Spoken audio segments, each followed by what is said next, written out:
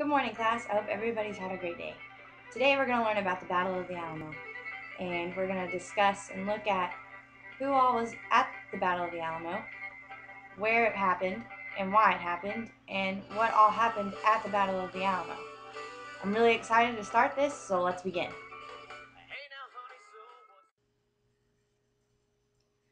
So let's begin with where the battle took place. The battle took place in Bexar County, also known as today as San Antonio, Texas, in the Alamo Mission. So let's go ahead and move on to who all was present at the Battle of the Alamo. First off, we have Santa Anna. Santa Anna was a general of the Mexican army, and he brought 6,000 men to take on the 180 Texans in the Alamo. He would also be remembered as the ruthless enemy by the Texans.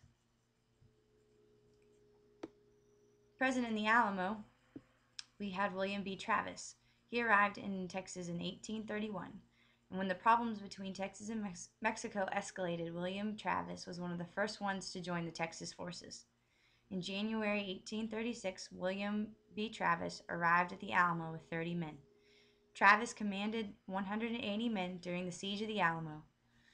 Travis gave his life for Texas independence on March 6, 1836, along with 180 men. He died only at the age of 26. Fighting alongside Travis was Davy Crockett.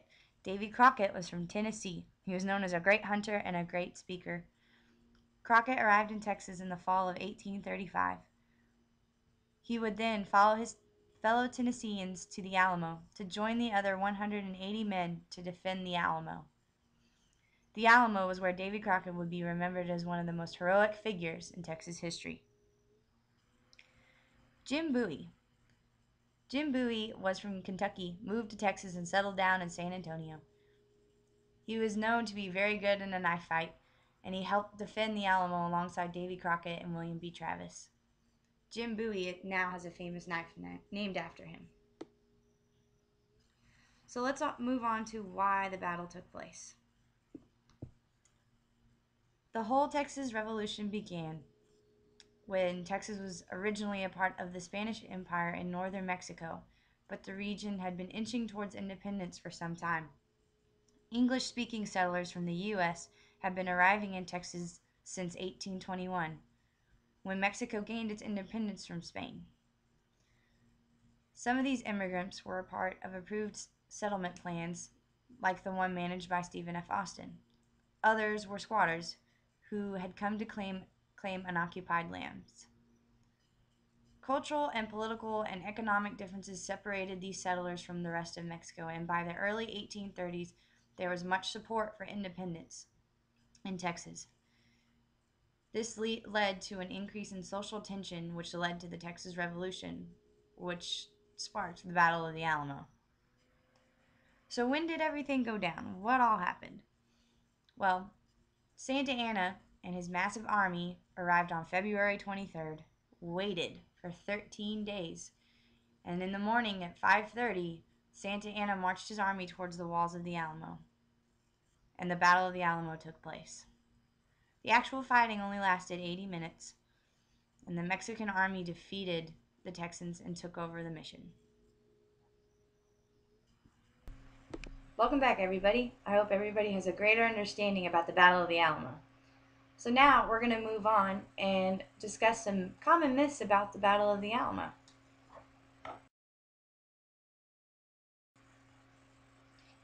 The first myth we're going to look at is the myth that the winter of 1836 was one of the coldest in Texas history. What do you think, class? Is it true or false? The myth that states that the winter of 1836 in Texas was the coldest in Texas history is actually false. The idea has somehow developed that 1836 was one of the coldest winters in Texas history. One fact that reinforces this is that the Mexican army encountered a freak blizzard en route to Texas that began on the evening of February 13th and continued throughout the next day. The weather during the storm was severe enough to kill horses, mules, men, and camp followers. The snowstorm, however, did not extend into Texas. Two observers in Texas in 1836 kept records of their weather in their journal. They documented that it remained cool on March 6th, but by March 8th, they proclaimed it was fine weather, that any Texan would say that's normal for Texas.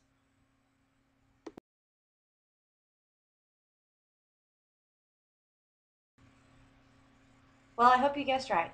The last and final myth that we're going to look at is a lot of people think that there were no survivors left at the Battle of the Alamo. What do you think, Glass? True or false?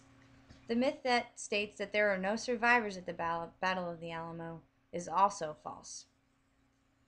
It is true that nearly all of the Texans under arms inside of the fort were killed in the March 6, 1836 attack.